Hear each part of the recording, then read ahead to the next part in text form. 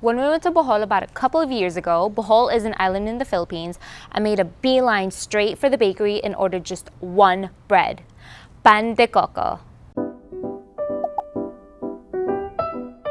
I loved eating pan de coco as a child in the Philippines, but when I get them here though, they're just a little bit too sweet. So I was like, hey, let's make our own.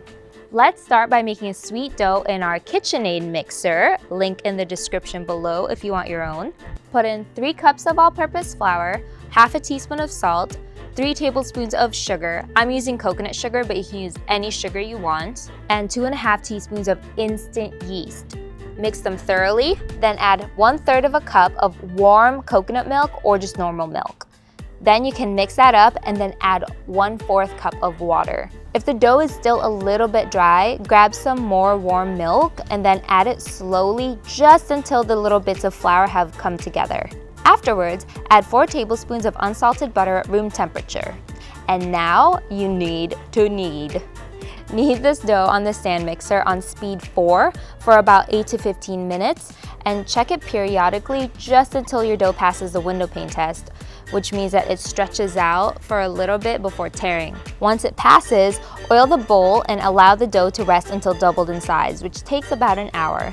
While that's happening, we're gonna start making our fillings. For this recipe, we're gonna make 2 separate fillings, one with just coconut and then another one with coconut and chocolate. We'll start with a coconut filling.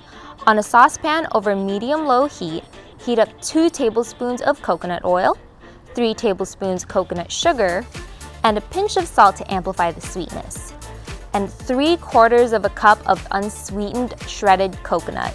You can get unsweetened shredded coconut at the frozen section in your local Asian supermarket. Mix that together until the mixture is well combined and simmer it for just a couple of minutes. This really shouldn't take long. Dump that out into a bowl, set it aside, and let's start on the coconut chocolate filling. This one has 2 tablespoons coconut oil, 1 tablespoon coconut sugar, and 3/4 cup unsweetened coconut shreds. Turn off the heat and add 1/3 of a cup of semi-sweet chocolate chips. Just mix this up and the chocolate will fully melt into the mixture. Set that aside as well. And oh no, I forgot to put in vanilla extract, but it's okay, it's not too late. Just take 1/4 teaspoon of vanilla extract and add it to both of your mixtures and just mix them thoroughly. Crisis averted, although you really don't have to have the vanilla extract in this recipe if you don't have it. Once your dough has doubled in size, take it out and push out any air bubbles from the dough. Then try your best to split these evenly into 16 pieces. I like to set the dough aside in a covered bowl so that they don't dry out during this next part.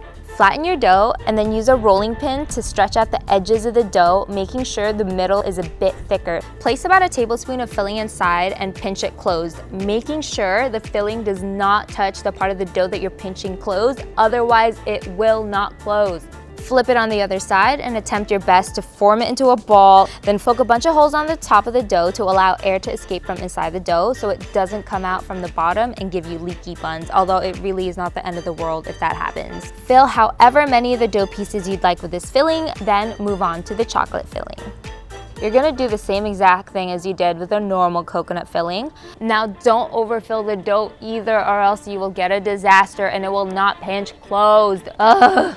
Anyway, for the ones you did manage to salvage, allow them to rise for about 15 to 20 minutes, just until they've gotten a little bit puffy.